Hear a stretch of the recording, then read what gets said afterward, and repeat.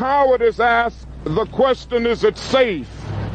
Expediency asks the question, is it politic? Vanity asks the question, is it popular? But conscience asks the question, is it right?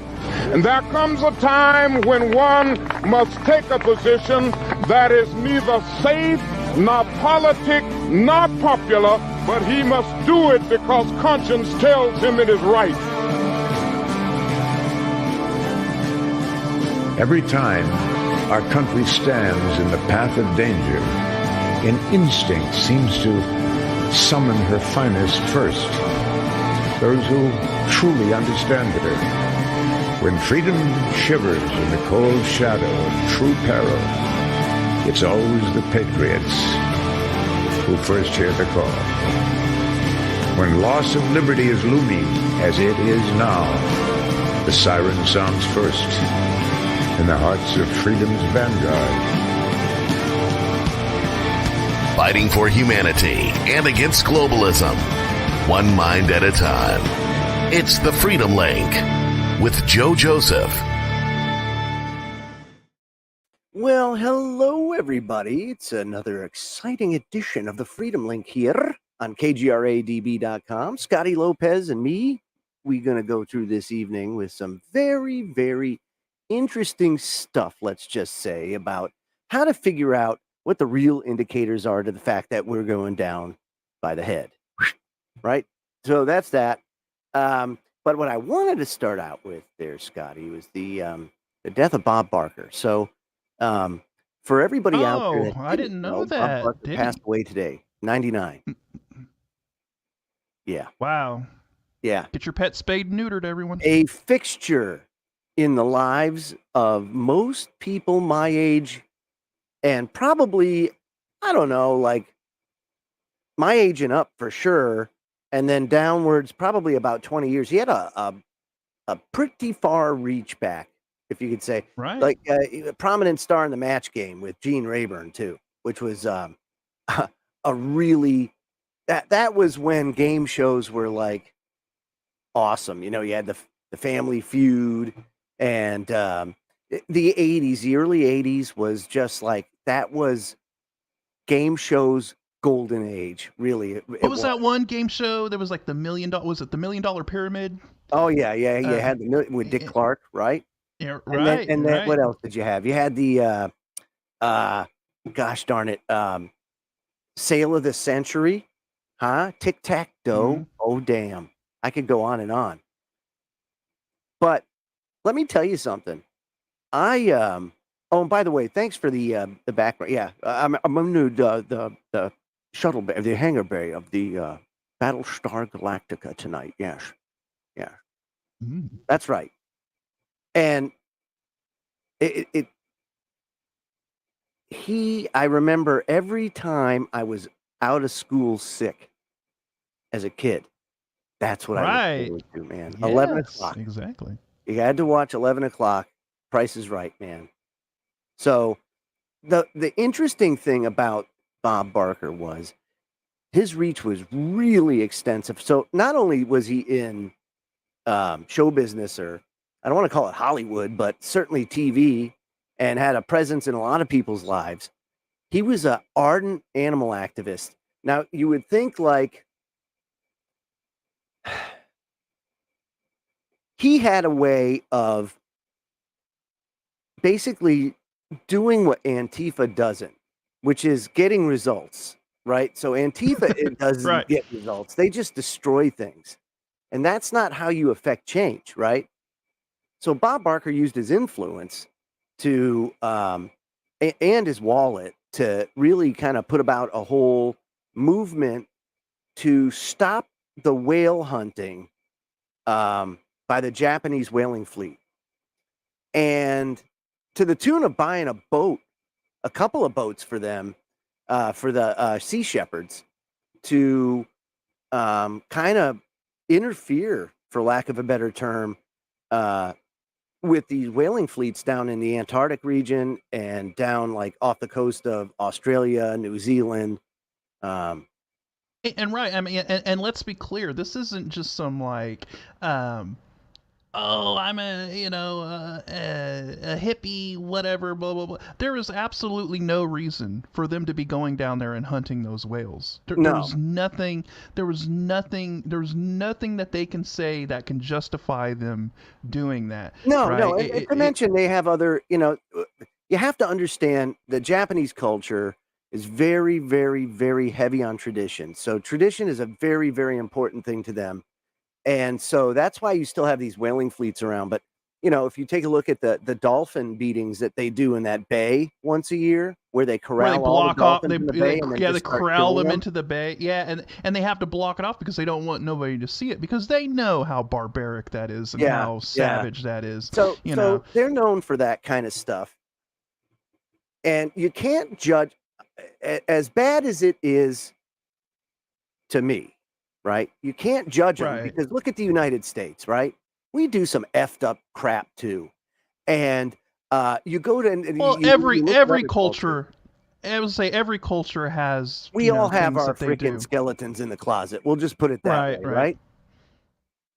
But Bob was really active up until the day he passed, and an ardent supporter of the Sea Shepherds. Which, if you want to, again, kind of make that change, look if you can go and look up the Sea Shepherds. There was even a documentary series on it, and it was absolutely unbelievable to see what they did firsthand. And Bob Yeah. supported that, like literally. It was an unbelievable lift for him. So he's affected a lot of change, and that's the thing that people don't know about is that much like the Liberty Movement, right? He's kind of in that same ilk. I kind of put him on the, alongside guys like Ron Paul, the people that actually go out and like do it, but do it respectfully. They don't go and they're not trying to hurt people. They're not throwing crap on, and if they do that, it's not in any way or shape or form going to hurt, maim, nothing, right? But they do get kind of crazy out there on the waters. I got to say, those Sea Shepherds are they're great. It's And the Japanese whaling fleet, they're not one to mess with either because I mean, it can get kind of squirrely out there. We'll just put it that way when they start. right. You're bumping dealing with battle on the high seas, Oh basically in man, yeah, international yeah, yeah, waters. Yeah, yeah, and then of yeah. course and then everybody knows Bob for his his Have your pet spayed and neutered. yeah, spayed and neutered, right? Yeah, Because spayed or neutered. Yes. So because so he yeah, wanted to prevent the suffering of a bunch of, if you have an overpopulation of Yes. cats and dogs that are running around and strays and all that, they're going to end up being euthanized anyways, and he wanted to prevent that, right? That's correct. So That's correct. yeah. It was a lot worse, back in the 70s, when he developed that phrase. It was a lot worse. The stray animals. So Right. it's been cleaned up a lot, and a lot of it thanks to his work and support of SPCAs and things like that. So it's a terrible loss, and it just goes to show you I'm getting older, and it really sucks, but it happens.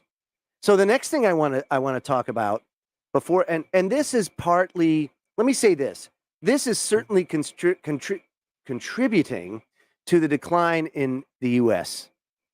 All right. I want to share my screen with you because it's important to understand that you can't vilify people for not wanting to vote.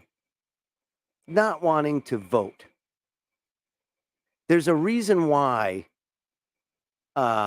some people don't vote. As a matter of fact, there are more people that don't vote than probably do vote. I never in America. life have voted.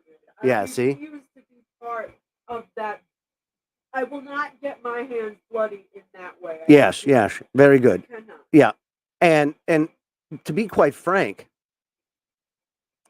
those that have and live with defined values and virtues often have a hard time voting because of what it represents.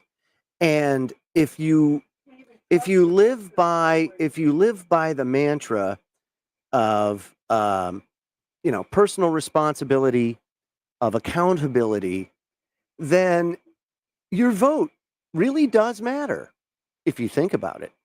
So if you look here on Drudge Report right now, right, you see candidate doesn't vote as the first headline right there.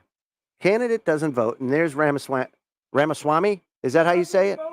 Yeah, Ramaswamy. Okay. Yeah. You admitted that? Yeah. Wow, that's a big deal to admit that publicly. Usually, you get ridiculed for it. Well, that's what he's doing. So he apparently this is what they're latching on to now, and I want to clear the air about this because this is and I'm probably preaching to the choir in many ways. So Ramaswamy has this thing. I don't vote in a federal capacity, and I don't even. Why? Let me tell you something. Maybe on a local level, you have power over your locality within your sphere of influence. Let's just say that. But on the federal level, leaders are selected. They're not elected. And we all know this. So when you go and you pull that lever, nobody pulls the lever anymore. When you go to that electronic voting machine, we promise you that your vote counts. It matters. Okay.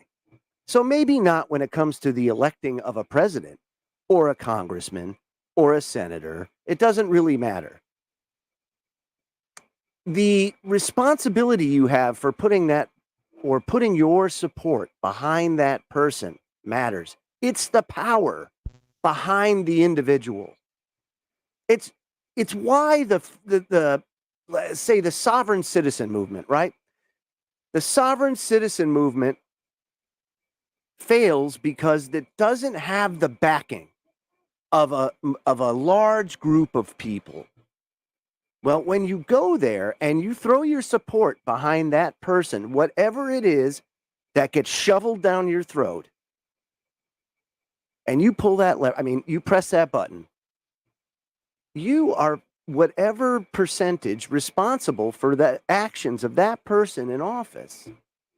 You take on that responsibility just like everybody else. To most, it doesn't matter. To most, it's, well, if you're not voting, you're not part of the solution.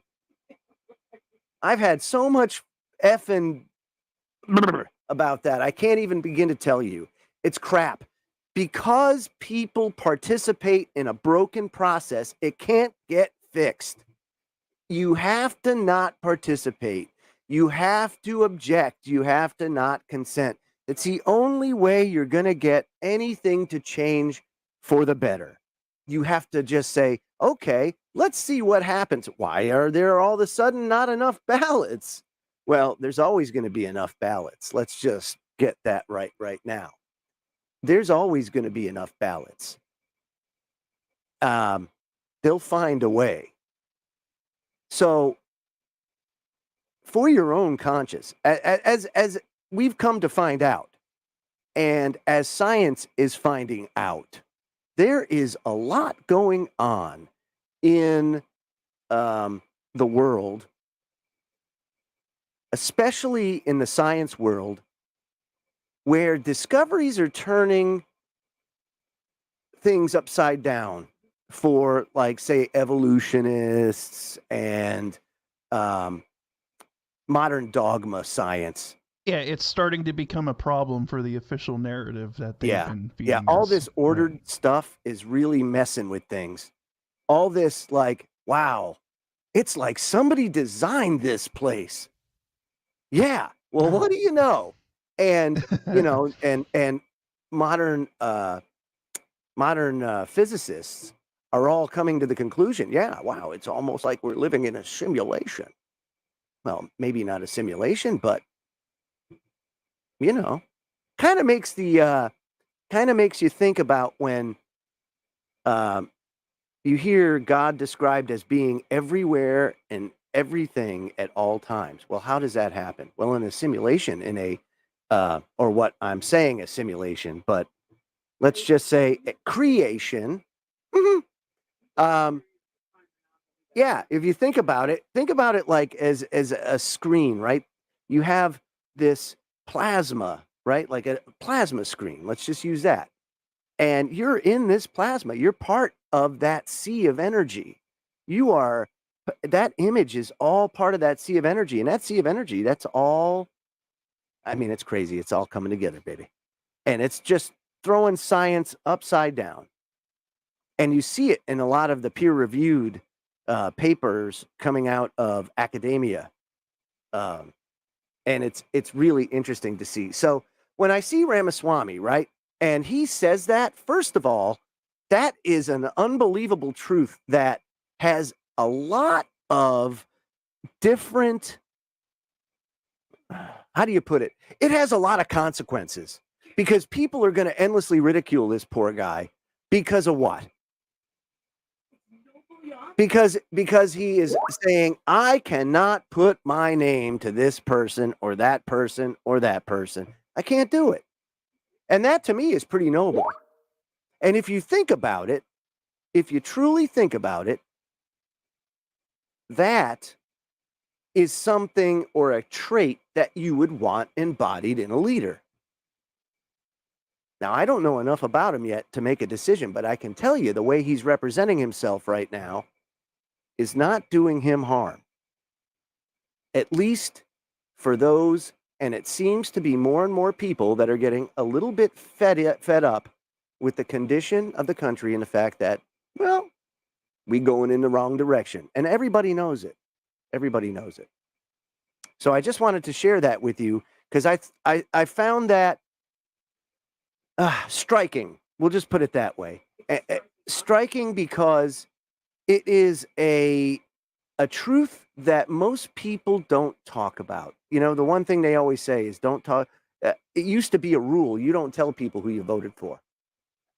You know? It used to be a rule.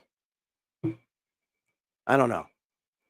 But another way you can tell that we're in decline is the debt, right? So there's the debt. And do you think it's any coinky dink that they spend a bunch of money and then the interest goes up? Well, that's not necessarily a bad thing for the powers that shouldn't be, for the control freaks. Why? Because you get to inflate away the debt. What do I mean by that? I mean that we have a crisis right now in that as all of that low-cost debt matures, right, that it rolls over. And when it rolls over, it's at a much higher interest rate. And I'm sure you remember, if you've been watching this, if the debt is on average 6.5%, let's just say, as you start rolling over this debt, and we'll say 6.5%, and that's the interest rate that you see. The Fed right now is much higher. It's going to be much higher. They're not going to stop here for a little while because they can't, because of the enormous size of the national debt. As they inflate that debt becomes smaller and smaller and smaller. And it's a terrible way to do it because all that is a tax on all of us, right? So all of us, as that happens, it erodes the purchasing power of the currency. All to inflate away the national debt. Because if you can say, you know, a house costs $10 million for a starter home, right? Well, what's $32 trillion at that point? You know, it's not worth that much anymore. It's like Weimar. You know, when it costs a wheelbarrow worth of food of money to get a loaf of bread. That national debt at that point, who cares? 32 trillion? Yeah, I've got one of those. $1 trillion bill. If the debt remains the same, but you inflate the price, or you know, you inflate the currency and make the currency worthless, then. And what that tells me is that they're buying time. And the question is, what are they buying time for? Because if you take a look around San Francisco, Times Square, right? Times Square, this is an interesting situation in Times Square. Times Square is not so. Let's give a little context here. Back in the 70s and 80s, Times Square was an absolute dump, right? And it was plagued by everything it's plagued by today. It's back to that. If you take a look at some of the pictures of New York and the 5 boroughs in the 1970s, it will blow your mind. It will truly blow your mind. Yeah, it was like smut stores. I remember going everything to Yankee was Stadium horrible. with my dad. I was at Little League Baseball, right? I was in Little League Baseball, and every year we went to a Red Sox game. And so the coach gets the idea that year that we're not going to go to Fenway. We're going to go to Yankee Stadium. Hoorah! Yeah, we're Red Sox fans going to Yankee Stadium. Yeah. Because, then we were at war, man. The Yankees and the Red Sox, it's not so much now, but, man, that rivalry's been going for a while. And when I was a kid, it was pretty important, especially if you were from Massachusetts. That's a big deal. And, yeah, right. It's a big deal. Yeah. So we're on the bus, and we're going to Yankee Stadium, and we get to the Bronx.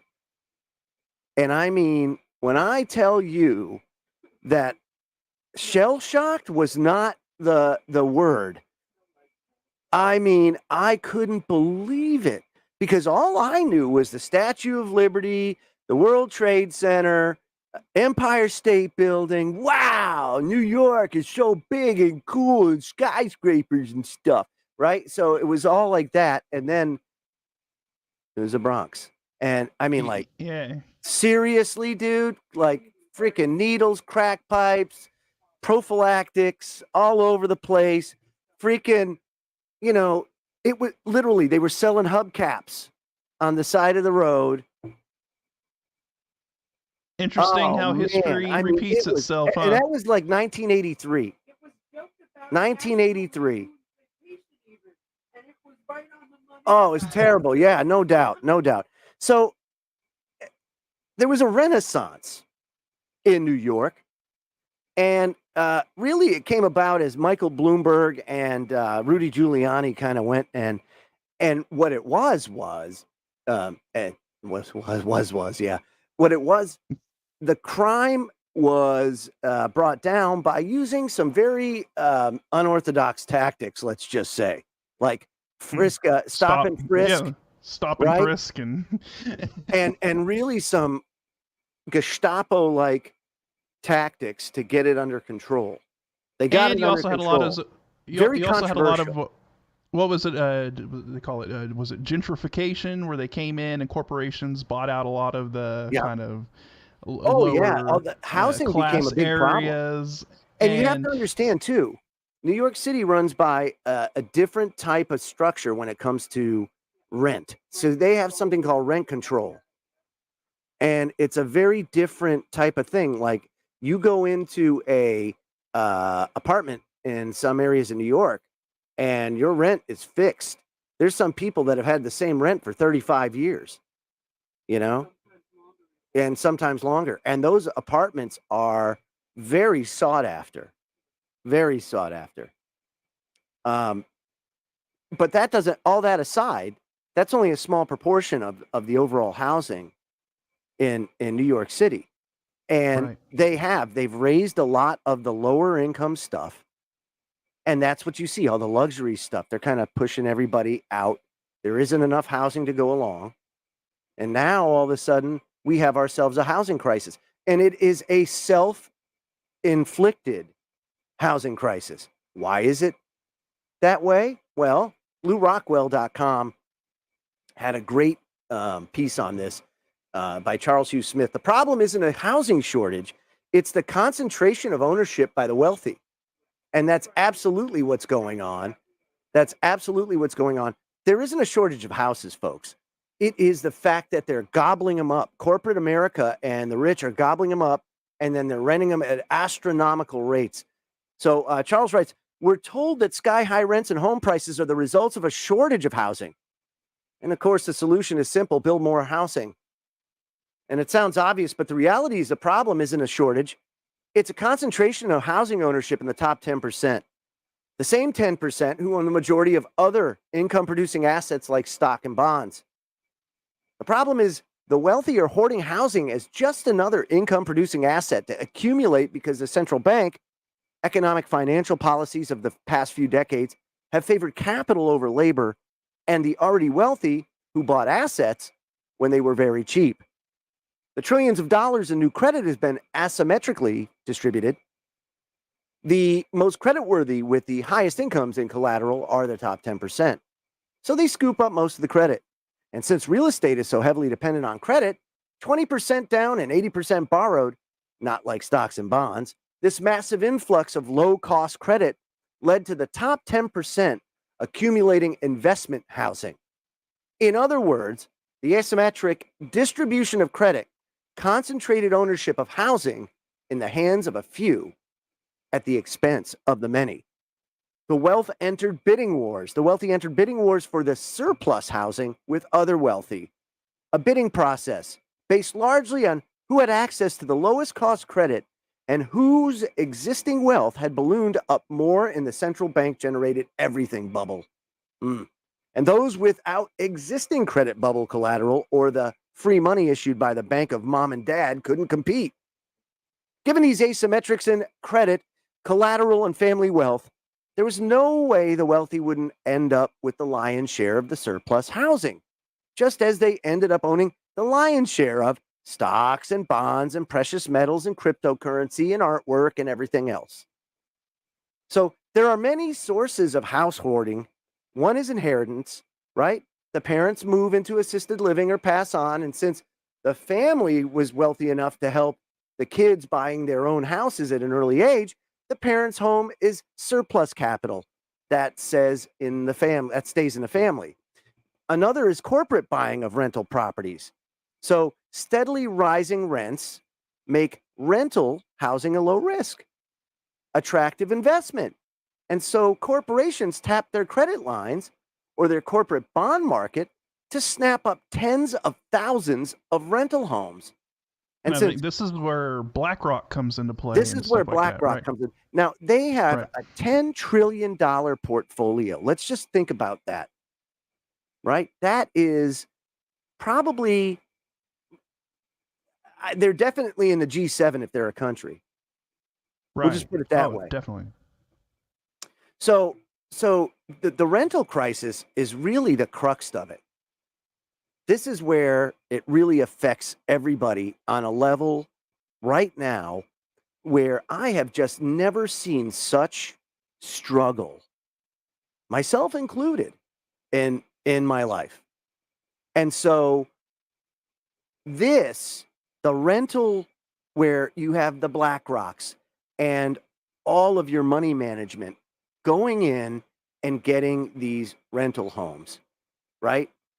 And since the corporate costs of capital and management are lower than those available to households, corporations can afford to be less price sensitive. So individuals, and I'm sure anybody out there listening tonight knows that when you go buy a house, I'll give you an example, right? I recently went to visit my folks, and our neighborhood was a neighborhood of starter homes, right? They still live in the same house 40 years later, or 50 years, or 44 years later. And the house goes up for sale across the street. Now, never in my life have I ever seen, nor my father or mother ever tell me, that it would be like a effing block party when a house goes up for sale. But you couldn't get up and down the street. There were so many people trying to get in there and bid for this house because there was such a lack of affordable housing. And what ended up happening was the bidding got so bad, or so intense, let's just say, right, that I think it sold for 60 over asking price, 60,000. Now, for a normal household, right? You have to have down payment. Imagine having to have a down payment and then having to fork over 60,000 on top of that. Who can do that? So of course, you know what's happening. You know what's going on. So what's happening to the people? Where are all the people going if they can't afford housing? That's the question.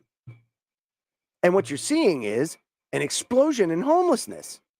You're seeing an explosion in tiny homes. You're seeing an explosion. So just like the dollar is shrinking, right? It's worth what, like 0.1 of what it used to be worth in 1900 at this point? Right, and remember last week I brought up the tiny homes and how I said, that maybe, this was a trend to kind of acclimate people into I don't know if it is. I think it might but be yeah, a now that fix. you mention it, I mean, people are just kind of being forced into going that option and going that route because there's no other option, Yeah. What you're seeing is a lot of families going south. You're seeing them live in campers. You're seeing them live in trailers if they can. But mostly you're seeing an explosion in, say, some of the more liberal places, right? And I say that not playing into that BS because I don't. However, it's the only way I can describe it. Blue cities, let's just say. Why? Because they have more services and they're much more tolerant to being homeless. Now, what does that bring? Well, that brings a lot of depression and pain and everything else. And because of that, you are also having an issue with addiction and everything else that contributes to the decline of society. You have cities that were once pretty beautiful, right? And then a lot of that it's nasty now. It snowballs into crime going up and just a whole, it contributes to everything. This plays in to the America 2050 plan and all of the control freaks that want to get everybody into these megapolises to rewild the land as much as possible. So get rid of rural America. You already start to see that happening, right? People can't afford housing, number one. Number two, rural hospitals are shutting down. That's a big one. So if there's no way for them to get help from a hospital or anything, you start to see people move towards the city, move where the services are. There are less and less people that are looking for that agrarian lifestyle or that self-sufficient lifestyle. Now, that's not to say that you don't have an increase of that kind of people, but on the whole, people are starting to move back to the cities because it's getting too expensive to live out in rural America. So take a look at the cost of fuel, right? So fuel is being jacked up. Why? It's not because of the environment. They know that that's not the reason why it's warming and even though it's not, it's called Earth changes, solar system changes, galaxy changes. It all changes. It's all cyclical, right? And yeah, it's just there's so many dynamics afoot that it makes it ignorant to make it so two-dimensional. It really is. Right. So all that aside, they have put everything in place to start, and you'll start to see it as AI becomes ever more present and the dollar, as people start to, become obsolete. Classes of people. And when I say classes, not low, middle, and high, I'm talking like tradesmen, engineers, doctors, sectors of society, professions, skilled labor. As more and more people get phased out, then all of a sudden human labor becomes obsolete. What do you do? How do you manage that? And that's when you start to see Or perhaps that's what China was thinking when they started building those ghost cities. They certainly weren't on a trajectory for population growth. Their population's collapsing. So why would you build a wildly like that unless there was some sort of plan afoot? I mean, it's unbelievable. They have entire cities just totally abandoned. Why? There has to be a reason for it. So just one of those things that you look into, and they're in trouble, big trouble, and quite frankly, it's all kind of coming together in one big convergence.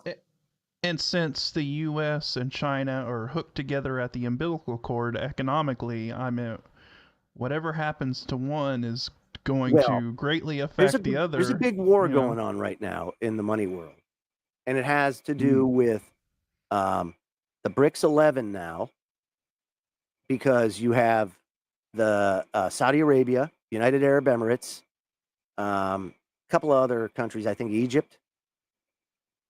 You have African countries now joining BRICS.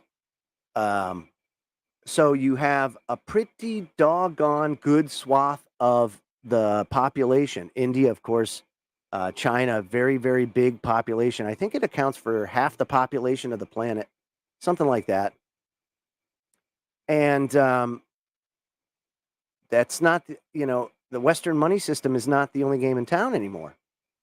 Right, and I've been hearing a lot of talk about them trying to get the Africa back on the gold standard or the gold system. Well, that was the idea of Gaddafi. So Gaddafi and they're bringing was that the back. one to adopt the gold dinar, and that's why they killed him. Quite frankly, was because he had his problems. Let's just say they all do in that capacity, right? But think about Libya prior to the execution. So in Libya, it was the law that the revenue from their resources would go to benefit the people. And so when you say bought a house, the government would subsidize half. They paid the electricity bills. They paid the utilities. So nobody paid at utilities. When you graduated high school, you could go to any university anywhere in the world and the government would pay for it. I mean, that's the kind of stuff and he felt very strongly about putting the resources to the people. That's not to say there wasn't corruption, but there was corruption and there was that, and most people benefited from it. Now, is that sustainable? I don't know. I'm not an expert on that, but I can tell you that at least in Libya, it was working. And, then the West got involved. And here we are in another just third world. Yep. And it's a shame. It's a shame. We should be past that by now. So Times Square, the Tenderloin District, San Francisco, those are just highly publicized places, but homelessness is ever more present, and it is a serious indicator of the decline, and then of course, I mean here in Topeka, we've got a pretty bad homeless problem. They have an encampment down by the river and everything, and so I mean, it's and then it's the energy, right? So I said energy earlier. So $3.61 a gallon here for regular unleaded, and that's just one thing, electricity through the roof, natural gas through the roof. Anybody check your water bill lately? Many communities now are running up against old infrastructure and the need to have to replace it. Some areas of the country are dealing with 100-year-old freshwater infrastructure and having to change it, the water mains. And that's causing extreme price hikes for your water. All you have to do is look at Flint, Michigan, look at Jackson, Mississippi. Yeah. Look at a lot of these places where, Yep. And then, of course, Yeah, you take a look at the railroad. The arteries of this country is still the railroads. It's the cheapest mode of transporting goods across the country. And how many train derailments have we had, Meanwhile, we're sending all this money overseas. What we sent to Ukraine could have probably fixed a lot of things in this country and got right. us more on the right track. I really don't understand why there isn't more outrage out there, but what do I know, right? There's another thing afoot that I think it would be interesting to discuss, and that's the weather patterns, right? Mm. So it's been a really weird summer. I'll just put it that way. Not so much, well, I guess here in New England, it is probably from the fact that it never really got hot, maybe for a week or two, but that was it. It's been extremely wet. And I remember growing up, it was kind of wet. But probably over the last 30 years or so, it's gotten drier in the summer. Well, now it's getting back into that wet cycle again. And I wonder, because it was so wet and it is so different from what I'm used to, if we're not going to see more of a traditional New England winter. Which then brings me to my next issue, is areas that have a lot of snow tend to have issues when it comes to energy because they use more, because it's colder. But in New England, it being more of that liberal type of ideology and worldview, they've really put a lot into solar energy. And if you have an El Nino type of winter, which we are set to have, that's going to put a lot of U.S. solar power output at risk. And Yeah, when from we're every already struggling to maintain power as it is because of the changing weather due to cosmic and earth changes, then maybe we should think twice about shuttering all these power plants, or is it being done for a reason? I can't help but think it is. Why? Because all of this is self-inflicted. It's all self-inflicted. Anybody that does a study on any of this would come to this conclusion, that it is not wise to put all your eggs in one basket, and that being the renewable basket. It's just stupid. We had problems with that here during this heat wave Did that you? we've Did you had to have deal any with over. outages or brownouts? So the very first day, around 4 or 5 o'clock in the afternoon, people getting home from work, peak energy consumption time, Yeah. power started to flicker. Power started to and Yep. then we're like, oh no. And I was like, man, if this is just day one, I don't know how the grid's gonna hold up, but luckily it held up.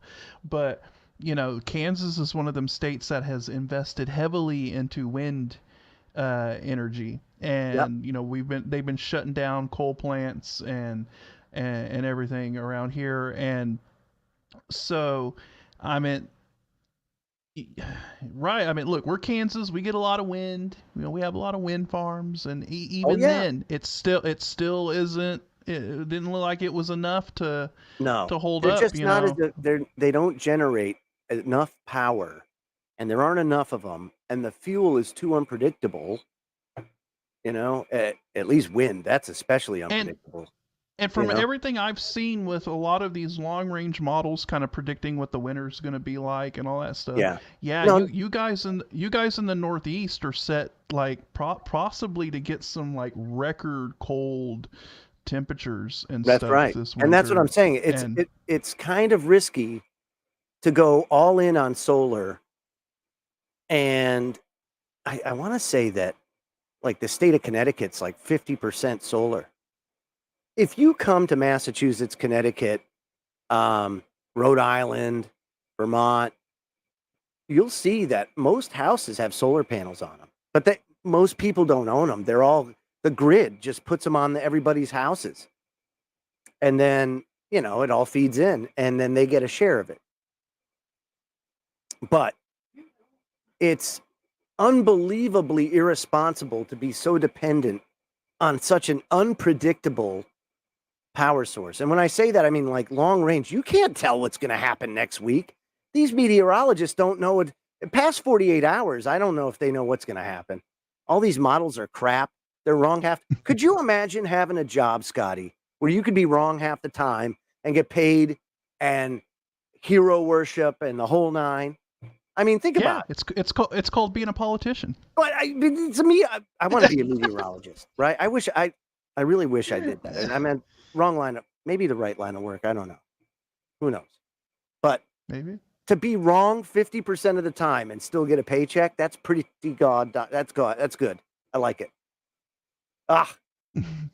So yeah, the El Nino thing, right? So it says here the Biden administration rapid push to decarbonize power grids with solar and wind while squeezing fossil fuel plants into early retirement could spark grid stability risks this winter.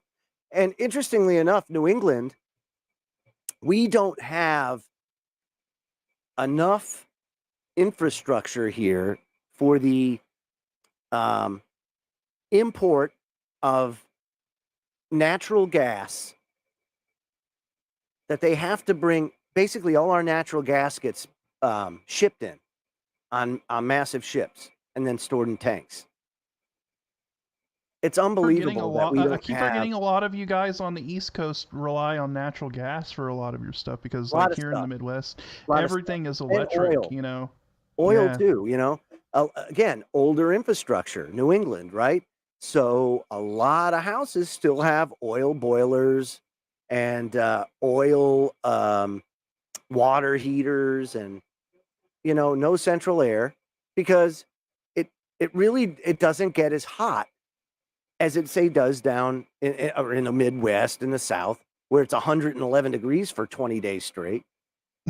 Right. I mean, what the hell, dude? You just became like the second version of the Sahara Desert. It's one day, one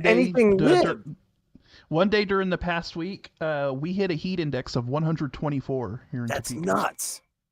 Crazy, dude. Nuts. But it happens. It happens, right? So, and that's not to say that things aren't changing, but things do change. Things are always changing. Right. And there are cycles. This is the problem. What's been seen can't be unseen. That's the problem with everything. And, like these flash mobs. And if you notice, a lot of corporate America in their financial guidance are all highlighting the effects of shrink on their profit margins. Why? Because more and more people are stealing. Now, what does that mean? Well, some of it, a small percentage of it, is organized crime, right? But a large percentage of it is suffering people that don't have enough money to make ends meet and are forced to steal, and they do so because there are weak penalties for it, if any at all. But it doesn't talk about root cause, which is Americans' purchasing power has been destroyed. That even somebody with what's defined as a well-paying job cannot make ends meet.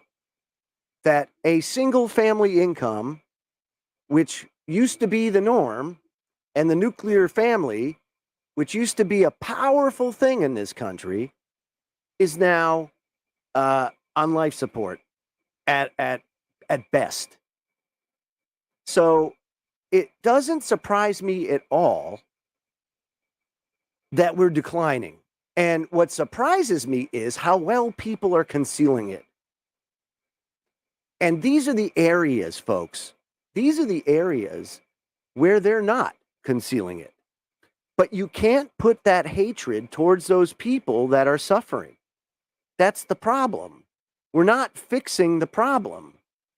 We're treating the symptom with all of these other. Well, what we need is a task force. Instead of the police, we're going to send mental health and social workers to the house. Oh, that's going to end up doing a fantastic job. Let's just see how that turns out. Right? Oh, right. Yeah, that's going to be a real home run there, buddy. Yeah. No, what you should do, right, is accountability. But you can do it without having to mitigate on the Constitution and people's rights. It's really kind of simple, right? If you harm someone or their property, you are responsible. And then you are held responsible. And you can be held responsible in a manner that is both humane and just. And you can also restore order. The issue we have now, this is the issue of our time right now, folks, is the fact that what's been seen can't be unseen. And you have the rapid transmission of that data, that whatever's happening is going at breakneck speed, at lightning speed. And it's getting all over. And it spreads like wildfire. And that's the difference between now and any other time in our history, is the fact that we have this whole internet, social media, technocracy type of thing going on too. And the rapid advancement of technology to the point where humans are having a hard time processing it, man. Bad. Think about it. Why our attention spans have dropped so much, because there's such an there's such an influx of information that like our minds are completely overloaded, and it's like we can only take so much at a time, and so we have to take things in these bite-sized snippets, in order to try and process everything that is, being bombarded on us. And I don't think we were designed to handle this kind of information overload that we receive on a daily basis. Not this way. No. Let me say this, okay? Because this plays into it. So I'm going to show this comment here, and this is so Bill. Bill says Alex Jones rapidly went the way of his frogs. Believe it or not, that's relevant to this conversation right here. When I've been doing this a long time, and my life's journey, and the reason why I do this, I don't care if one person watches it. It's just putting it out there.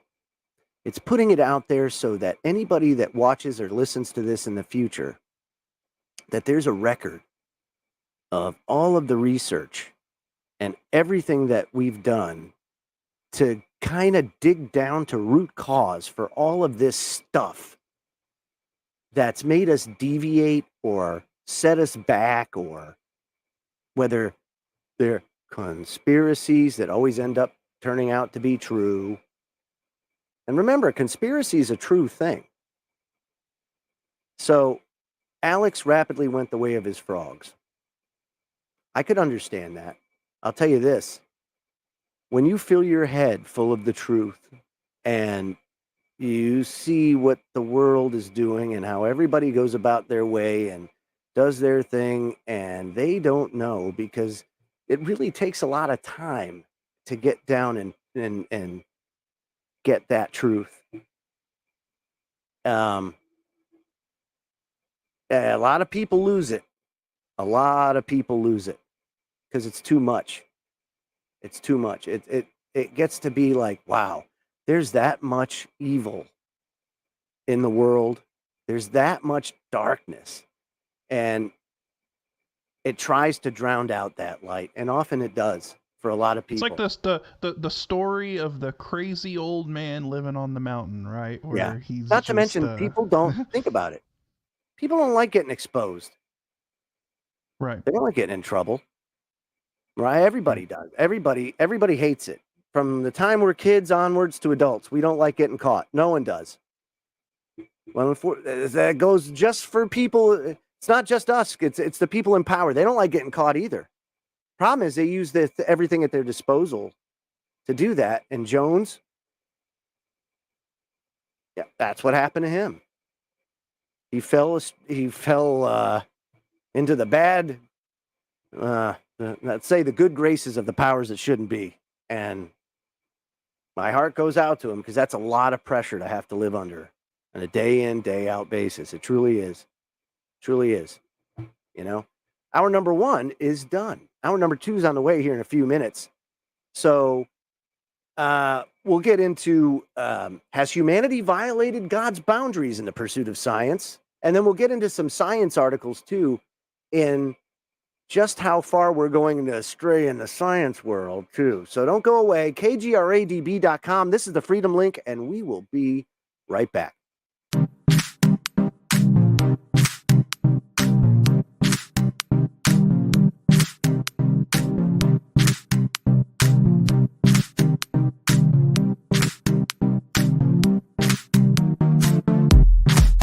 Hey members, the new KGRA DB app is now available on iOS and Android devices. Gain on-demand access to any KGRA DB programming. Download any show directly to your mobile device to listen or watch on the go. Go to the App Store and search KGRA DB. Did you know 75% of Americans are chronically dehydrated? If you struggle with focus, run low on energy, or when it's time to finally sleep, you simply can't, this can all be linked to dehydration, and Fuel Up has the answer. Our proprietary formula contains the finest cellular hydration with the strongest immune-enhancing natural ingredients. The Fuel Up system is made up of 3 different incredibly tasting varieties. Wake kickstarts your day with a jolt of caffeine. Play boosts focus while hydrating your cells. Rest not only helps you relax, but also rejuvenates your cells while you sleep.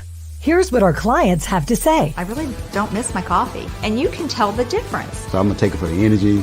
I'm going to take it for the play. I'm going to take it, all day. And it works. That's the thing. It works. We love it. Take the Fuel Up Challenge now, where we offer a Feel the Difference money-back guarantee. Fuel Up for life.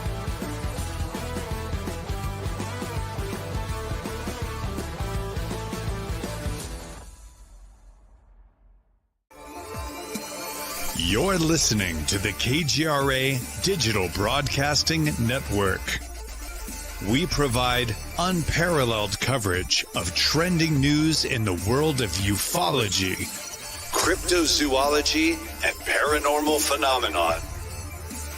Whether you're watching our video live stream or listening to one of our audio programs, you are getting the best from world-renowned researchers and hosts, guiding you through topics the mainstream won't touch. Miss one of your favorite programs? No problem. Head over to the members area at kgradb.com for access to our massive library of award-winning content. Make contact, stay connected, only at kgradb.com.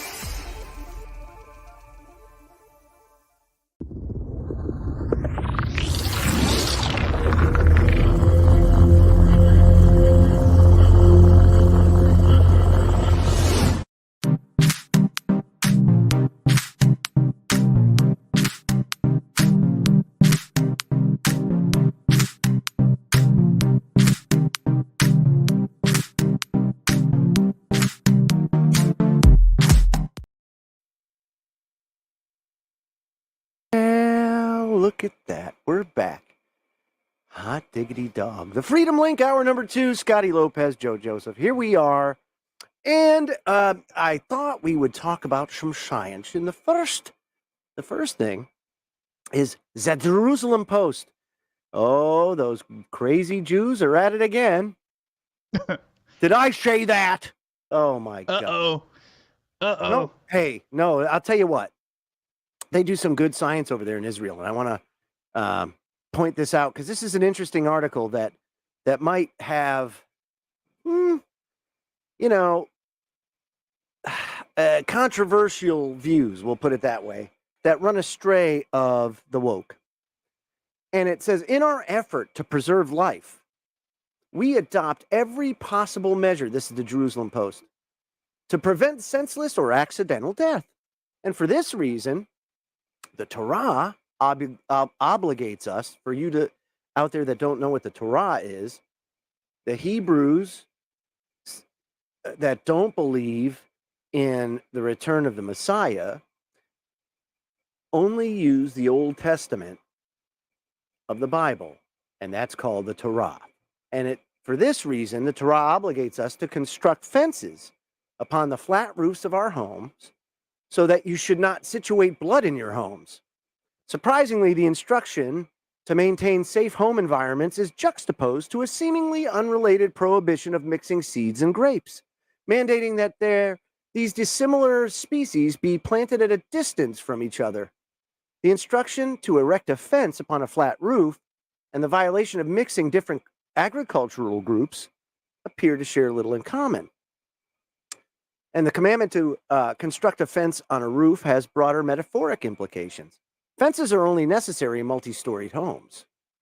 When humans live in modest single-story thatch huts, fences weren't necessary. Rickety roofs couldn't support human weight, and the heights of these homes weren't substantial enough for a fall to be lethal. So fences on roofs only became necessary as humans acquired the skill to construct solid and tall edifices. And these needs only emerged with the advancement of technology. Then constructing taller buildings, of course, is crucial to human development and our history. Living in straw huts or mud homes exposed humanity to violent forces of nature.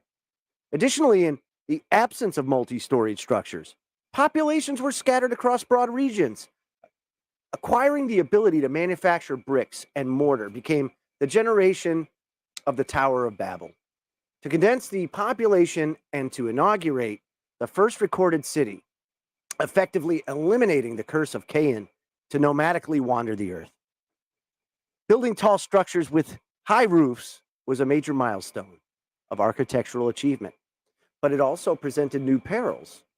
The solid roof construction expanded human living spaces, but also introduced the deadly hazard of falling off the roofs. Right? So, by cautioning us to build a fence, the Torah signals a broader message. Pay attention, not just to the benefits of human innovation, but also to the undisclosed dangers which new technologies create.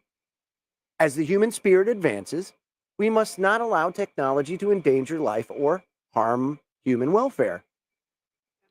Right? So we all have a dizzying 300 years of industrial and technological revolutions, each of which have dramatically advanced the human condition.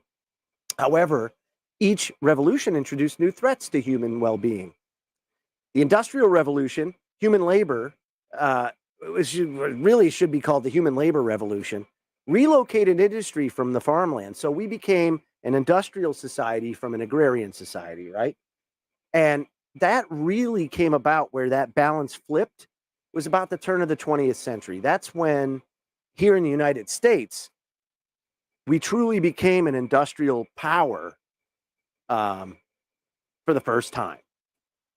We were kind of growing through the 19th century, but it really exploded with the advent of the automobile and then, refrigeration. That was a big thing. We could go on and on. Things that air conditioning. I mean, unbelievable what that did for civilization. Now, of course, the Industrial Revolution, it says, also created a demographic shift, rapidly accelerating urbanization and creating overcrowded concrete jungles. of crime and urban blight. And for its part, the technological revolution and the internet have radically diminished human interaction, creating more loneliness and less communal belonging.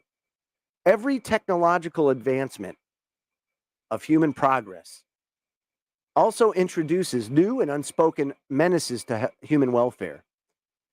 By charging us to build fences upon our tall homes, the Torah is effectively cautioning us to be sensitive to those dangers with accompanying new technologies.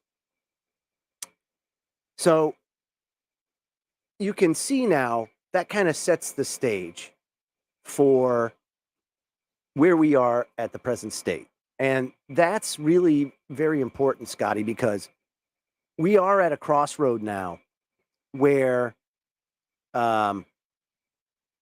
these technological advances have a really big impact on our life and the shape of society.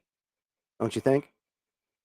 Oh, definitely. I mean, look, the rise of the internet and cyberspace and all of that stuff, like you mentioned, right, it has caused a decrease in people interacting one-on-one with others, and it's introduced this the way people interact with each other online is radically different than the way people interact in real life, right? It almost allows the worst of humanity to come out, because you can post and say anything and not really have to worry about dealing with the consequences of it. At least, the things that people would say online, they would never say to someone's face, in a direct conversation, because there would be consequences, right? And so you see a lot of that. And then, of course, I would say the people that become addicted to being online, the increase in narcissism that suicide? It has. Right. I mean, it's a whole spectrum of things that, like you said, these technological advancements introduce basically side effects, within, there's always a side effect to it. What does that speak? What does that speak of? What does it speak to as far as our existence, though? If you think about it, right? Everything's a balance, right? Right. The universe is a balance, and when things go off balance, bad things happen, right? So right. It's very important to have balance, that you focus not just on the good, but you also focus on the bad. And if you don't have a 360-degree view of that, then you're going to lose. Something's going to fall through the cracks, and that something can be very, very, very bad. There's always a duality. There's always there's always a duality. There's always a yin and a yang, right? A double-edged sword to everything. And this next technological advancement that we're entering into is artificial intelligence, right? I don't see us coming through it in our present form. I'll put it that way. No way. It's definitely going to create a radical change in the way things are done and the way that the world is going to operate in the future. And I mean, I think we're just now riding the upward slope of the sigmoid curve of this. I don't see us any way but along for the ride at this point. Right. We're just now starting. The ride is just now beginning. Once you get to that point where, think about it, you have, for lack of a better term, limitless knowledge. We've cracked the language barrier, right? That's Tower of Babel. Right. Technology-wise, we're not far from having AI general intelligence. And once you get general intelligence, holy moly, I wonder if we have it already. I bet you we do. Somewhere in some basement, somewhere, cave, There's probably general intelligence.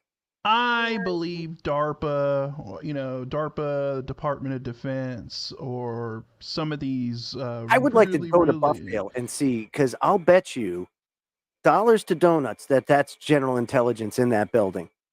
Or maybe one of these giant, mega tech corporations, either Google or whatever, may have something, that's close. Keeping because close. This is the thing. Advancement. Yeah. Once general intelligence comes around, or even as AI matures, and it matures itself, think about the capacity of machines that don't have to sleep, that can compute things on a much faster level because they're focused on just that task. It's crazy the advancements that we're going to see. Machine learning and these AI neural networks, it ends up becoming a positive feedback loop where once it gets going, it snowballs and it learns and it learns and it learns and it learns, and it uses its own data that it's generated as a reference to learn from again. And so it's and it's permeating all kinds of things. It's not like, the AI thing, it's everything from art to language to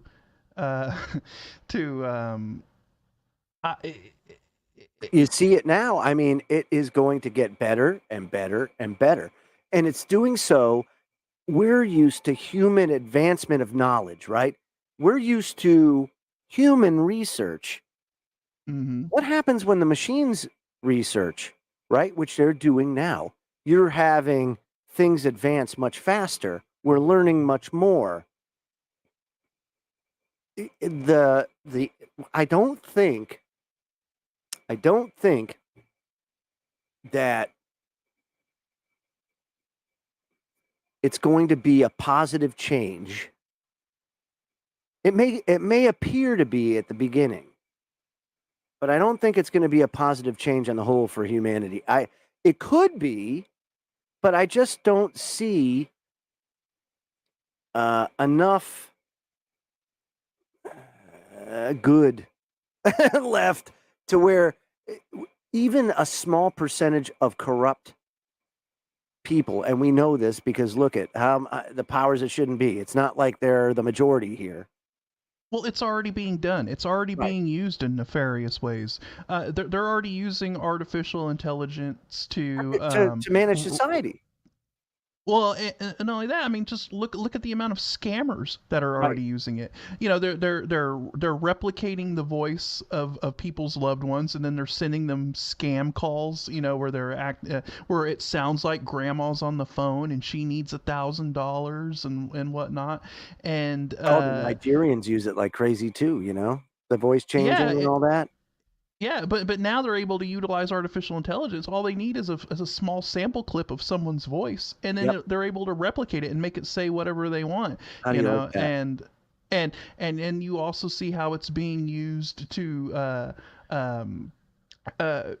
create adult content from women that don't even consent to it, right? Because you can just show them some pictures, show pictures of the person, and then it can create it all.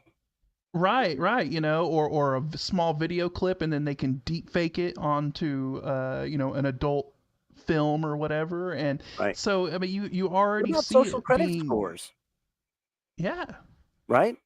All of a sudden, think about this: smart cities. This is where the Maui fires are so controversial right now. It's because you have such wealth concentrated in Hawaii by prominent members of those that know what's best for you. And those that know what's best for you have a lot of money. And all of a sudden, a bunch of real estate just came up for sale, right? And they're going to swoop in and they're going to fix it. And this governor of Hawaii has also been very vocal prior to the fire about their initiative to make Maui the first smart island in the world, completely smart island, and that has heavy implications. How many broadcasts have we done about what that means when they say smart city? Right. Kev Baker, you and I, we used to talk about that ad nauseum because Glasgow was a smart city, and we saw what they were doing there. And it's gone so much more nuclear than that now. They're building smart cities over in the desert, United Arab Emirates building And these smart cities. Saudi Arabia is building Neom, and then you had Masdar City over in the United Arab Emirates. And when we talk about smart city, they're basically defining the 15-minute city, which is a human being should be able to, within 15 minutes of walking, get to anything they need to get to. That's it. No cars, only mass transit, no fossil fuels, right? Rockefeller term.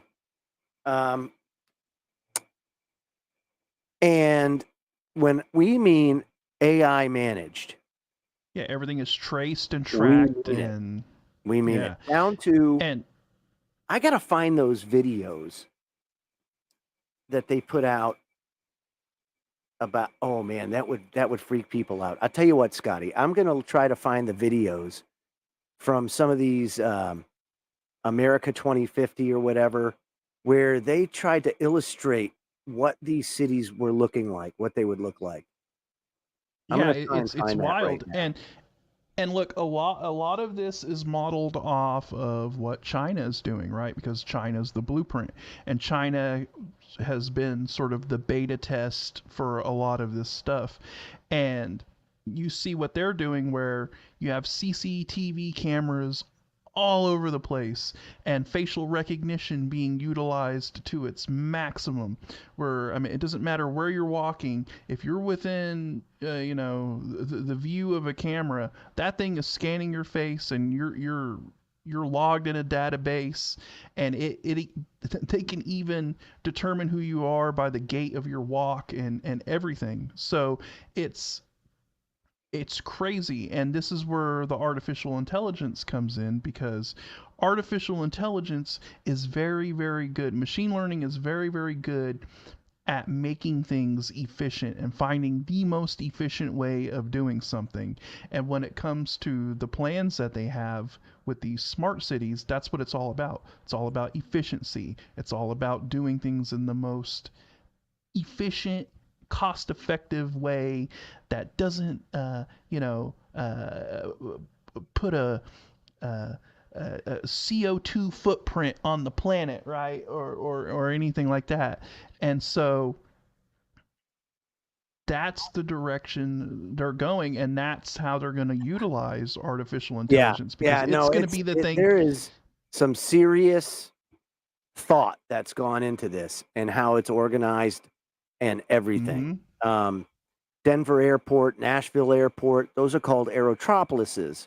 That's part of the smart city structure, or the megapolis structure, is that you build up around your airport and make it the center of commerce. And so right, that's because kind of how the airport is considered an international sort of zone, right? It doesn't have to abide by the rules of the country, right? You don't have to follow the Constitution in an airport, because you're sort of in an international.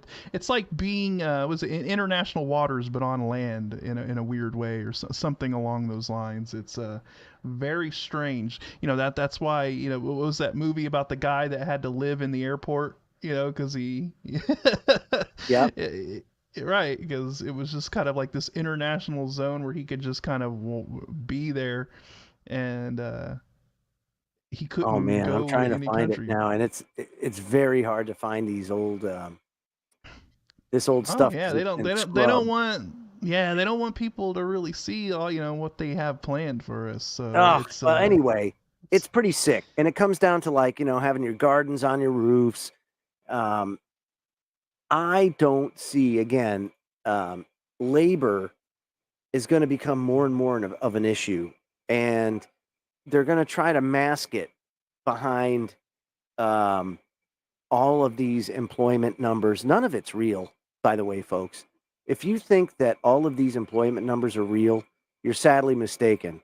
If you think right now the labor market is screaming, smoking, it's not. Where it's screaming and smoking specifically is with trades, with nurses, with teachers and police officers. There is a shortage in certain sectors, trades primarily making up the brunt of it. Why? Because most, at least in the New England area, it was such a focus on four-year universities blowing up student debt, which created a bubble, a huge bubble that is about to burst and going to be bad. So everybody went to a four-year university. Whatever happened to the carpenters and the masons and all that? They're gone. They're very hard to come by now. And as a result, that's where your shortages are. Now all of a sudden you're seeing a push in the schools for shop class and getting everyone trying, Somewhat, it's making a comeback. Like, for example, concrete used to print homes. You're going to start seeing more and more of that, these printed technologies, as time goes on. 3D printed houses. But this is what you get with the advancement. Now, well, maybe we don't need carpenters. They're obsolete. Now we'll just print everything, and then next you get replicators, if you need them. This is what I'm saying, is that we cannot understand just how fast things are evolving. Think about how Gene Roddenberry envisioned the communicator being the 23rd century. Think about that. That's nuts. It was 30 years less and we had the communicator. Right. And even now the communicator looks outdated because the communicator was basically like a Nokia flip phone. If that. He didn't even envision that they had like touch screens and all of this stuff on it. So I mean, it's wild how far we actually think about this then. Since that. Yeah, so think about this, right? So Ready Player One. What a great movie. They tried to envision a little bit in the history where you had a dystopian society that was so damn depressed that they went to the Oasis, which was virtual reality on a like that was their lives. People lived in the Oasis. They breathed the Oasis. And imagine that you could make your reality anything you wanted. And I bet you we're a decade away from that. Oh, yeah. We're very, very close to something like that. And in a way, it's already you think here. It's bad now? Yeah. In a way, we already have it because, I mean, look at how many people already live their lives on Instagram. Right, but I'm just saying, live their lives on social media. Right. Could you imagine a holodeck full style immersion thing? Yeah, full immersion. That's what you're leave talking that? About. That's why I'm saying I don't see a happy ending going here, because you have a struggle between control freaks going on all over the world, right? So all these control freaks are basically all friends up at the top, and they all love each other and everything else. And they're playing Stratego with real lives all over the world. If you don't know what Stratego is, it's an old-fashioned board game where two armies, you got your friends that you normally play board games with friends or family, right? Right, friends or family. Well, a lot of the control freaks are family. Right? The Kaiser, who went to war with Great Britain in World War I, right? They were family. And my army can be your army. Okay. All right, cousin Wilhelm. You got it. And how many people died in trench warfare because of it? Yeah. You know what I mean? It doesn't. We are on a chessboard. We're on a Stratego board, all of us, and these yahoos are playing Stratego, and they're friends. Putin is a friend. They all get together and they play their game, and it's all fun and games for them, and we suffer for it. That's what I'm trying to say. And these are the indicators that you can see. We went over those in hour one. And technology is not only going to help advance things, but it's also going to help tighten their grip of control. And that's the problem. Right. And that's what we're seeing, right? If you can create an enormous human suffering, enough to make humanity capitulate to a digital currency, and, oh, if we do so, we'll take off a percentage of the debt you owe. A percentage? How come? The Great Reset? I thought that's what it means, the Great Reset. Well, the Great Reset can mean a lot more than just economy. And when you think about the consequences of a collapsing economy, if the United States economy collapses, how that would shock the world. When I mean, like, that would be one that even China couldn't recover from. That's what I'm trying to say. They're not going to let that happen unless there's a plan. Right. So, what do? Oh, well, we'll just let the AI. The AI can manage everything because it is not biased. It is not corrupt. Well, what's its data set? Well, we can't tell you that. Yeah, right. But that's what I'm saying. So you'd have to have some way to make it fair. Well, can't see many times in humanity's history where the fair got the no, that's not going to be fair. It's going to be stacked against us. Why? Because they're friends. The people that are playing are friends. So it's crazy. Think about this. This article talked about medical science too. So we've mapped the human genome, and we can re-engineer human DNA. And these asshats that, again, these are the same people that believe that we came from fish out of the ocean and all this baloney, right? That's step one. You idiots can't even see what's in plain sight. And all around us, all the evidence around us of what the real history is, and you have the hubris to say you know the human DNA so well that we're going to use it to make these jabs that end up,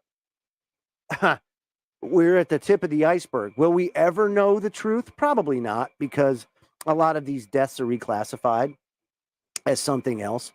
But that hubris has killed how many people?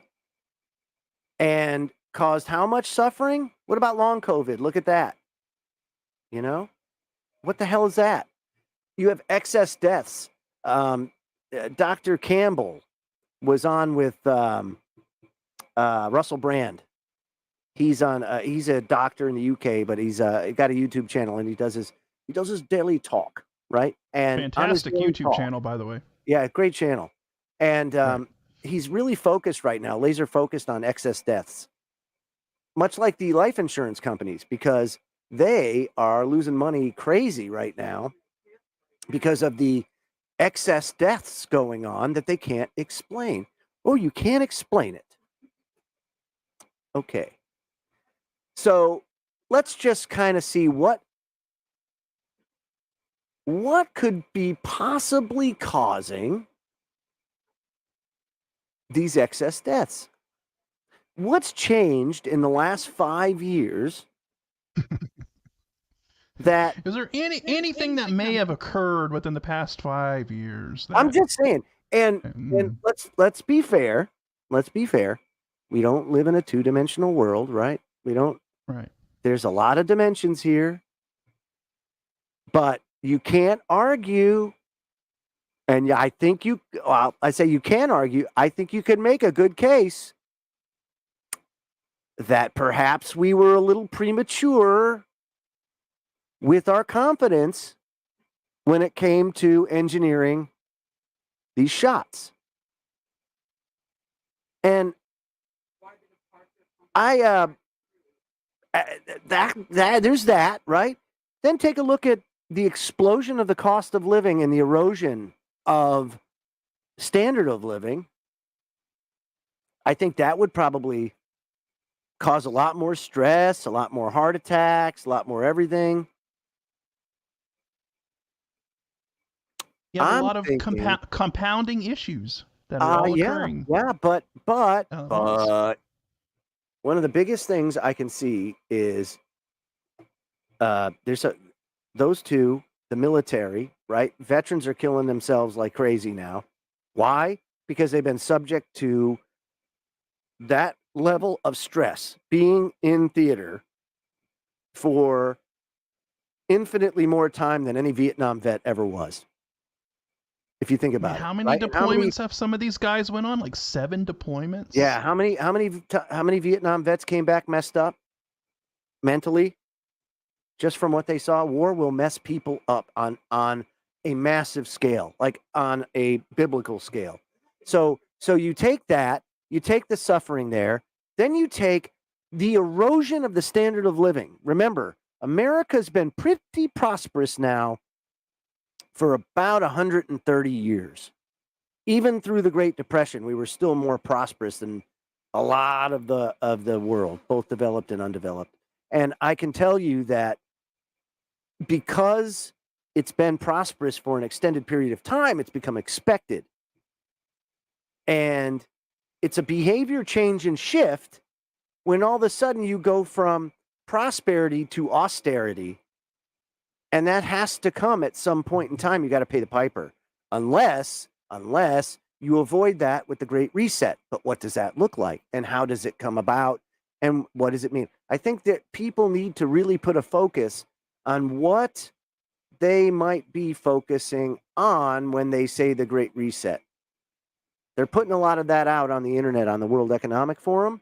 But I would highly recommend anybody that has any spare time and you want to do a little research benefit with a little value add, start looking into that, because that would be huge. That's a big rabbit hole, big rabbit hole to go down.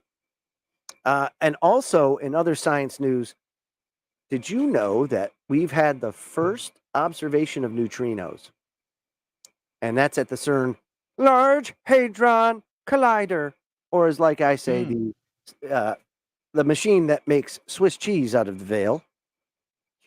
So right. Neutrinos are tiny and neutrally charged particles, accounted for by the standard model of particle physics. Just so we all understand, we know they exist because the atom bombs and other are reliant on neutrinos as part of, like nuclear reactors, all that stuff. Very important. Neutrinos part of the process. While they're estimated to be some of the most abundant particles in the universe, observing them so far has been highly challenging. So they came up with this new device, Scotty. It's called Phaser, Forward Search Experiment, and SNUD. So the SNUD stands for Scattering and Neutrino Detector. So basically what it does is they smash the protons, bang, and it creates neutrinos. And then they have this little detector off to the side that kind of is able to observe the neutrinos without proton intrusion, let's just call it, so that they could see them. Interesting. And, yeah. So it says here, because these neutrinos have high fluxes and high energies, this is phys.org, which makes them far more likely to interact, we were able to detect 153 of them with a very small, inexpensive detector that was built in a very short time. And he said previously particle physics was thought to be divided into two parts: high energy experiments, which were required to study heavy particles like top quarks and Higgs bosons, and high intensity experiments, which were required to study neutrinos. This work's shown that high energy experiments can also study neutrinos at the same time. Great. So, what does it mean? The observation of collider neutrinos opens the door, they say, to novel measurements, which will help us understand some of the more fundamental puzzles of the standard model of particle physics, such as why there are 3 generations of matter particles, fermions they call them, that seem to be exact copies of each other in all aspects except for their mass. Furthermore, our detector is placed in a location which is a blind spot for the Large Hadron experiments. Because of this, our measurement will also contribute to a better understanding of the structure of colliding protons. So, interesting that they saw these for the first time, but I wonder how much they spent on it, and I wonder how many houses could have been built with it. Just saying. And I'm sure the AI could model it just fine. Just give it a year or two, right? Hey, I want my house built of neutrinos, man. Yeah, why not, right? That'd be kind of cool. I wonder if you could do that. Well, one day I'm sure we'll find a way. Now, this one was striking. This is a peer-reviewed piece out of Taylor and Francis Group. And a lot of communities up north have passed laws or statutes banning the sale of plastic drinking straws. Yeah. And why? Because it's harmful to the environment. Okay. So, some scientists decided that it would be wise to look into paper straws and if they were actually better for the environment or more harmful to the environment than the plastic versions. And what they found was striking. They found that the paper drinking straws may be harmful and may not be better for the environment than the plastic versions. Why? Listen to this. Eco-friendly paper drinking straws contain long-lasting and potentially toxic chemicals, the new study concluded. In the first analysis of its kind in Europe, and only the second in the world, Belgian researchers tested 39 brands of straws for the group of synthetic chemicals known as PFAS, or poly and perfluoroalkyl substances. PFAS were found, and those are the forever chemicals, remember?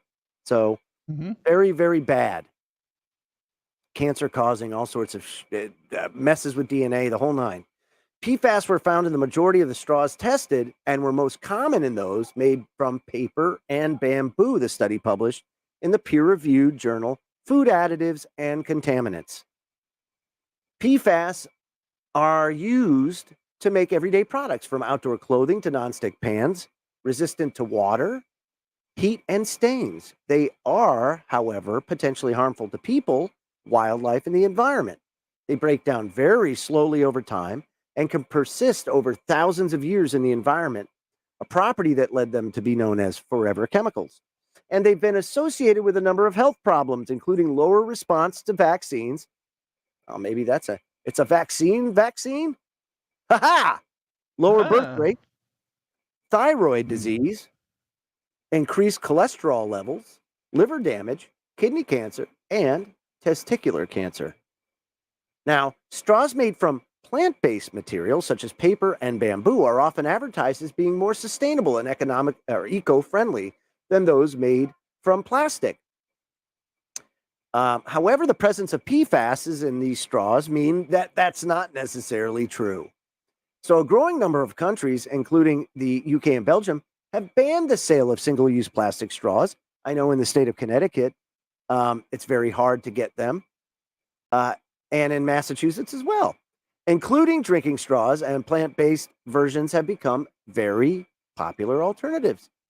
A recent study found PFAS in plant-based drinking straws in the U.S. Dr. Grofen and colleagues wanted to find out if the same was true of those on sale in Belgium. So to explore this further, the researchers tested 39 different brands of drinking straws made from 5 materials: paper, bamboo, glass, stainless steel, and plastic. stainless steel drinking straws they're making now? Wow. Okay. I know that they make aluminum ones, and I know that a lot of people say they're dangerous I get it. because you don't want to accidentally fall on it because it's an aluminum tube. And there's been there's been recorded incidents of that happening. Could you imagine some death by drinking straw? Right. I'm sure it's happened. Wild. I'm sure it's happened. It has. I've read cases of it happening. You got your cup with your aluminum drinking straw, and you trip and you fall, and Dunsky. There it goes up into your brain. Right. Ugh. So, could you imagine your brain coming out the other end of a drinking straw? That's terrible. What a terrible way to die. Worst Slurpee ever, man. So it says here the majority of the brands, the majority of the brands, 69% contain PFASs, with 18 different PFAS detected in total. The paper straws, they say, were the most likely to contain PFAS, with chemicals detected in 90% of the brands tested. PFASs were also detected in 4 of 5, or 80% of bamboo straws. 75% of the plastic straw brands and 40% of the glass straws had PFAS. Now, why would a glass straw have it? That's weird. I don't get it. The most common PFAS was perfluorooctanoic acid. Perfluorooctanoic acid, which has been banned globally since 2020. Oh, well, it's been banned globally since 2020, so let's still use it. Also detected was trifluoroacetic. Okay, trifluoroacetic acid. There we go. It takes me a second. I'll just start doing it like this. Trifluoromethanissulfonic acid. There you go. So it's an ultra short chain PFAS, which also highly water soluble, and so might leach out of straws and into drinks. Oh, and into humans too. And the PFAS concentrations were low. And bearing in mind that most people tend to use straws only occasionally, my ass, pose a limited risk to human health. However, PFASs can remain in the body for many years, and concentrations build up over time. Why? Because they don't break down. So when you go to the store and you're looking at drinking straws, just remember that you heard it here. Paper straws are not necessarily better for the environment or for you. I will gladly stick to my plastic straws. Yeah. And, it's interesting because, look, I'm disabled. I have limited mobility, so I use straws all the time. Like, that's so yeah, no paper straws for me, and I never jumped on that whole paper straw wagon or anything. You have no choice up here sometimes.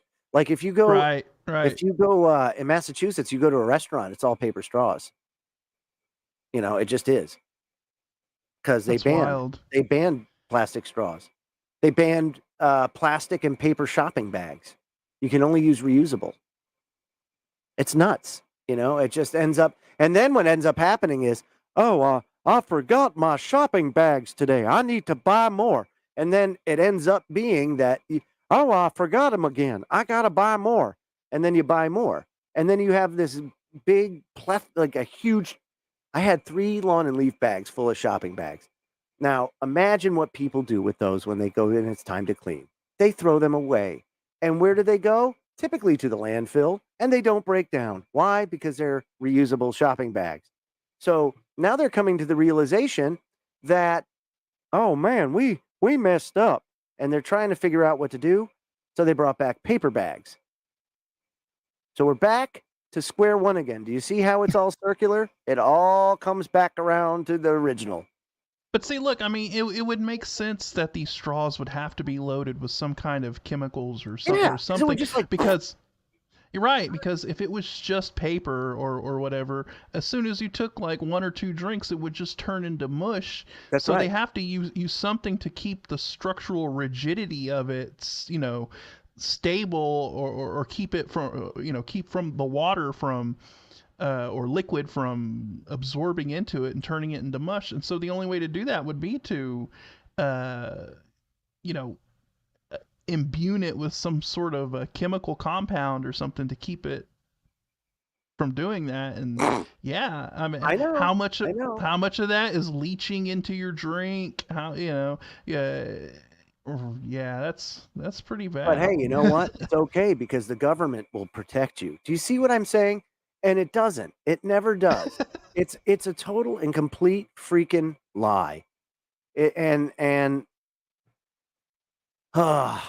I see across, at least here in America, I see a lot of people that are desperate for change and have been for a very, very long time in some cases. Some people know. I mean, they're new and they can already see that things are on the wrong track and everybody's track is a little bit different. And everybody forgot how to communicate with themselves because of the internet. And now, you know, everything's out of control. And as it gets more chaotic, it really becomes a fertile ground for the control freaks to implement more authoritarian type of events and behaviors and interventions and all of that at us. Brandon Smith wrote about that last week, believe it or not. And I thought it pretty fitting. He says, the Western world came within a knife's edge of being completely subjugated and placed under perpetual medical tyranny by a coalition of government officials, globalist interests, and corporate partners. Liberty movement analysts have talked often about open conspiracy, but it wasn't until the pandemic response that we truly witnessed the mask come off and the greater agenda revealed. Not more than 5 years ago, the most common retort from skeptics was that such a conspiracy was impossible because it was too elaborate to organize. Yes. Well, today these people look rather foolish, don't they? It's an undeniable thing here. There is a cabal of power elites. They are highly organized around the globalist ideology, and they want centralized control of everything. And you see China. China, of course, is the beta test, right? So China in certain populated areas is using AI to manage everything. And they are creating a very authoritarian, like 1984 type state. And now with a population crisis, you're going to see it push into the Brave New World territory, where you're going to start to see them engineering their population more so than they are now with behavioral type of modification and your concentration camps and things like that. And by the way, don't think for a second that we're any different than China. We're not. Everything that China does, we do, and we're doing it right now. We have concentration camps here in the United States. It's our jail system. The private jails are the ones that really have the most parallels to the Chinese system because it's labor at 25 cents an hour as slave labor, much like there. And if you want to be accepted into the collective, you have to comply. You have to assimilate, or you can't go back. And oftentimes you don't. So it's very, very similar here in the United States. That's what's really important to understand. And we have, by far and away, the largest incarcerated population in the world. So that's another thing that we need to fix. And you can't fix things unless you get to root cause. You can't treat symptoms and expect the problem to go away. It doesn't. It just masks it. Remember that. So the list of crimes against civil liberties is long, he says. The establishment and the political left, with the help of a handful of neocons, tried to implement unprecedented authoritarian measures from business and church shutdowns to force masking. Studies show, of course, that masks are useless. to forced jabberism. Is that a word? I won't say the other one because of censorship, another control freak thing. Using experimental mRNA products, not with no long-term safety testing. Why? Because of the hubris of man and, yes, well, we know how to do this now. And of course, in some countries, COVID camps were actually built to imprison not just citizens traveling overseas, but non-traveling citizens as well. And that's pretty scary. So when you take a look at polling during the pandemic, and all of you out there that are like me, and there are a lot of you, we've seen the polls and we were subject to the behavior.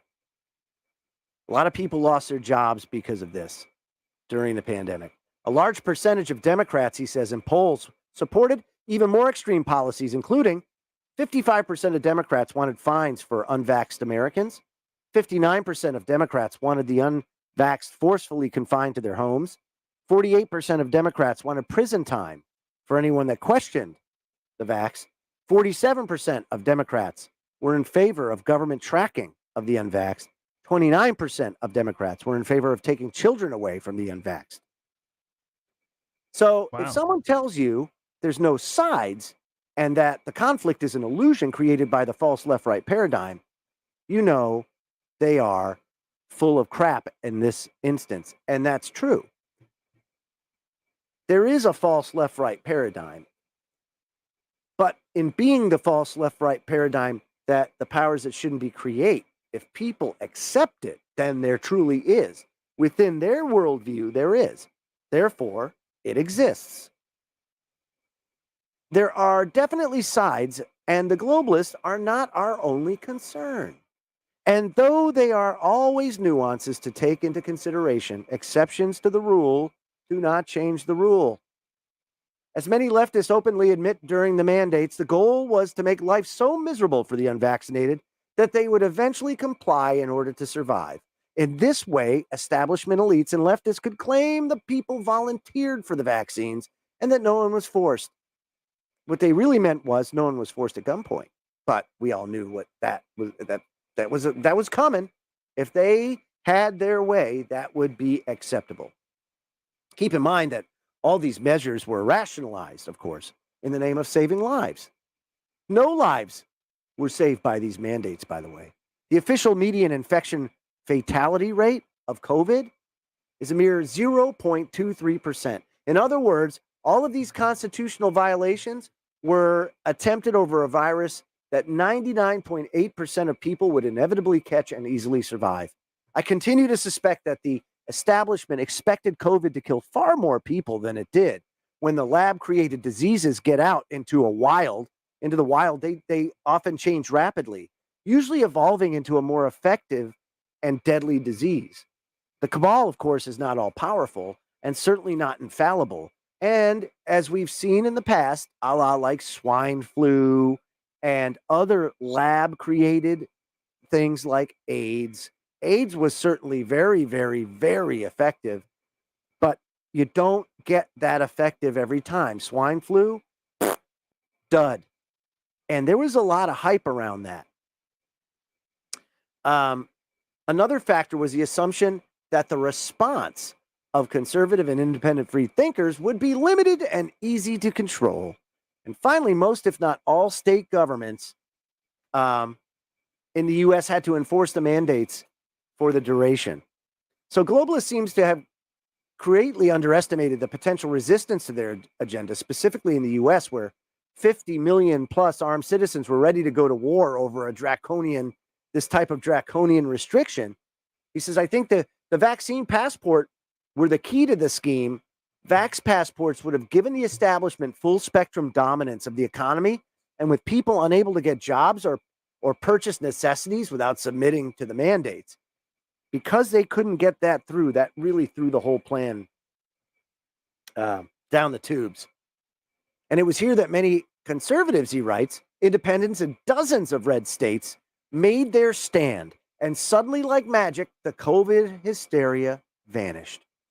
The media propaganda campaign went quiet, and the mandates were abandoned in most places around the world. The globalists were not ready to risk a fight against a massive insurgency. It's been suggested that the COVID agenda is about to make a massive comeback with a new hyped-up strain of the virus. If this is the case, the attempt will hit a wall. With even more Americans aware of the pointlessness of mandates and the masks, it is unlikely to gain much traction.